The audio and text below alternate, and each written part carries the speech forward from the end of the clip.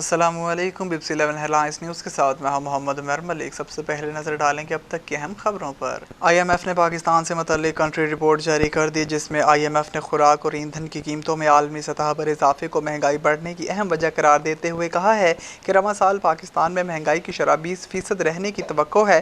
مالی سال 2022 میں پاکستان کی معاشی خاتمہ ایندھن اور بجلی کی قیمتوں میں اضافہ کیا گیا۔ خوراک ایندھن کی عالمی قیمتیں بڑھنے سے مہنگائی میں نمایاں اضافہ ہوا ہے۔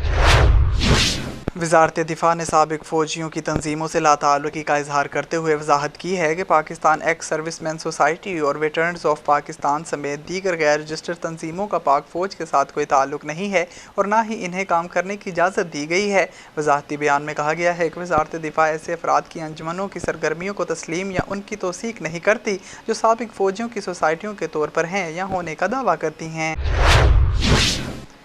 پشاور ہائی کورٹ نے خیبر پختونخوا کے صارفین سے بجلی کے بلوں میں فیول پرائز ایڈجسٹمنٹ کی وصولی پر حکم امتناع جاری کر دیا۔ تفصیلات کے مطابق پشاور ہائی کورٹ میں شہری کی شاہد قیوم خٹک ایڈوکیٹ کی وساطت سے دائر درخواست کی سماعت ہوئی۔ شہری نے موقف اختیار کیا کہ خیبر پختونخوا میں ساری بجلی پانی سے بنتی ہے، جبکہ سرپلس بجلی وفاقی حکومت کو دی جاتی ہے۔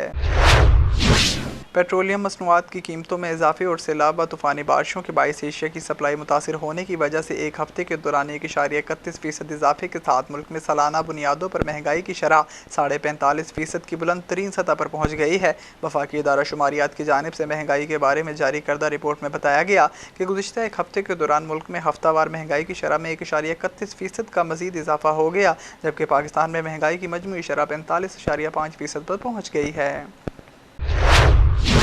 سیون سے وقار علی ملہ کی رپورٹ شامل کریں گے۔ باخبر ذرائع کے مطابق یونین کونسل جہانگارہ میں راشن دینے میں بھی من پسندی کی جانے لگی۔ یونین کونسل جہانگارہ پر پیپلز پارٹی کی جانب سے چیئرمین کے امیدوار نے من پسند لوگوں کو راشن اور خیمے دے دیے۔ سیلاب متاثرین کو خیموں اور راشن نہ ملنے پر متاثرین جہانگارہ روڈ پر بے یار و مددگار بیٹھے ہی رہ گئے۔